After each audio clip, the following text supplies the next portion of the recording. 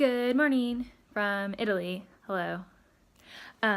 So this morning I was reading in Luke, and Luke 22 specifically, talking about not being anxious, and I learned a lot, and I just wanted to tell you. So in Luke 12:22, it says, "Do not be anxious." And he said to his disciples, "Therefore I tell you, do not be anxious about your life, what you will eat, nor about your body, what you will put on. For life is more than food, and the body more than clothing. Consider the ravens. They neither sow nor reap. They have neither storehouses nor barn, and yet God feeds them. Of how much more value are you than the birds? And which of you, by being anxious, can add a single hour to his span of life? If then you are not able to do as small a thing as that, why are you anxious about the rest? Consider the lilies, how they grow. They neither toil nor spin. Yet I tell you, even Solomon in all his glory was not arrayed like one of these. But if God so clothes the grass, which is alive in the field today, and tomorrow is thrown into the oven, how much more will he clothe you, you of little faith? And do not seek what you are to eat and what you are to drink, nor be worried. For all the nations of the world seek after these things, and your Father knows that you need them.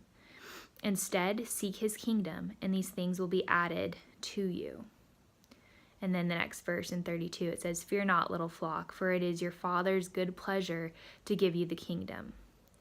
And the rest is so awesome. I'll just keep reading. "Sell your possessions and give to the needy. Provide yourselves with money bags that do not grow old, with a treasure in the heavens that does not fail, where no thief approaches and no moth destroys. For where your treasure is, there will your heart be also." So I learned a lot in this verse just because I've heard it many times, but I think I didn't quite understand the gravity of the different things, and I started looking in a little bit of commentary this morning, and I just wanted to share because it's so cool. So this verse, this little section in Luke, is right after Jesus tells the parable of the rich fool, and in that he's kind of juxtaposing the wealth versus a little bit of the poverty. So in the parable of the rich fool, he's addressing the whole crowd. It's basically someone in the crowd says to them, "Teacher, tell my brother to divide the inheritance with me." And he goes into this parable about a rich fool and how God at the end of the parable basically says, "This night your soul will be required of you, and the things you have prepared, whose will they be? So is the one who lays up treasure for himself and is not rich toward God." So after this, he pulls his disciples aside by themselves because in the section we're looking at, it says he said to his disciples. And what's interesting about that is the first parable, he's addressing the whole crowd, but he knows that the disciples are kind of primarily more poor, and this is what one commentary said, apt to be over anxious about living in the world because they really are focused on, what are they going to eat next? What are they going to drink? What are they going to wear?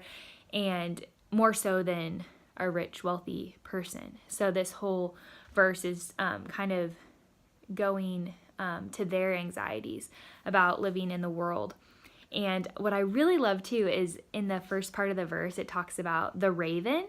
And sometimes I'm just like, oh, a bird. Okay, I get it that God cares about the birds, so he cares about humans.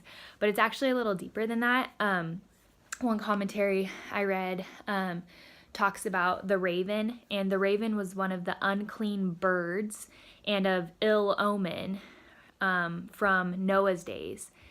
And yet it had its meat in due season, though the meat was corpses.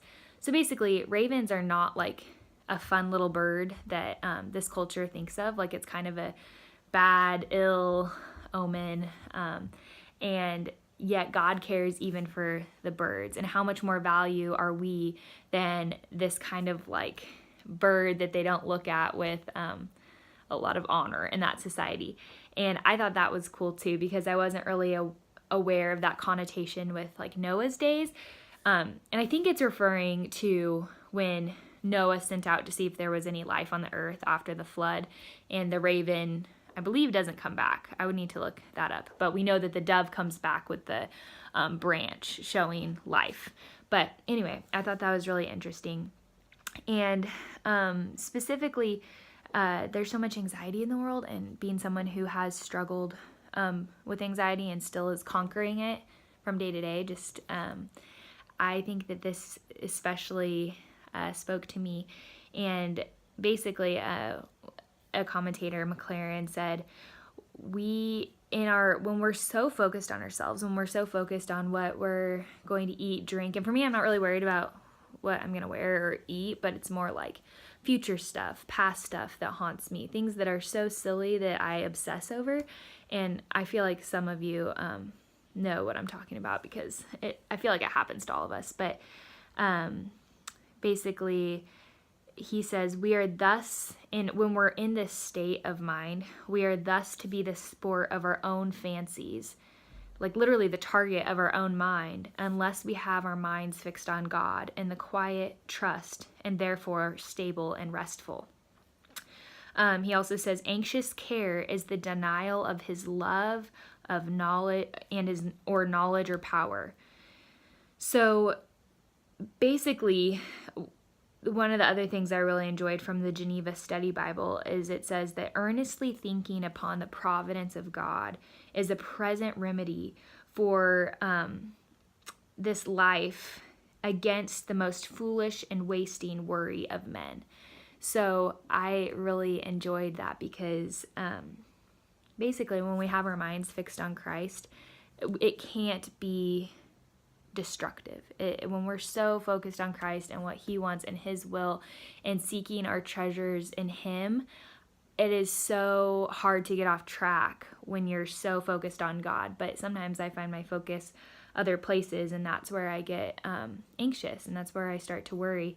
And I just love that the cure for that is literally just keeping our minds and our hearts on God and storing up that treasure in heaven. And it's just this juxtaposition of, we're worried when we're focused on the world, when we're focused on our present day, but when we're thinking with an eternal perspective, like, we have so much hope and so much grace and so much peace.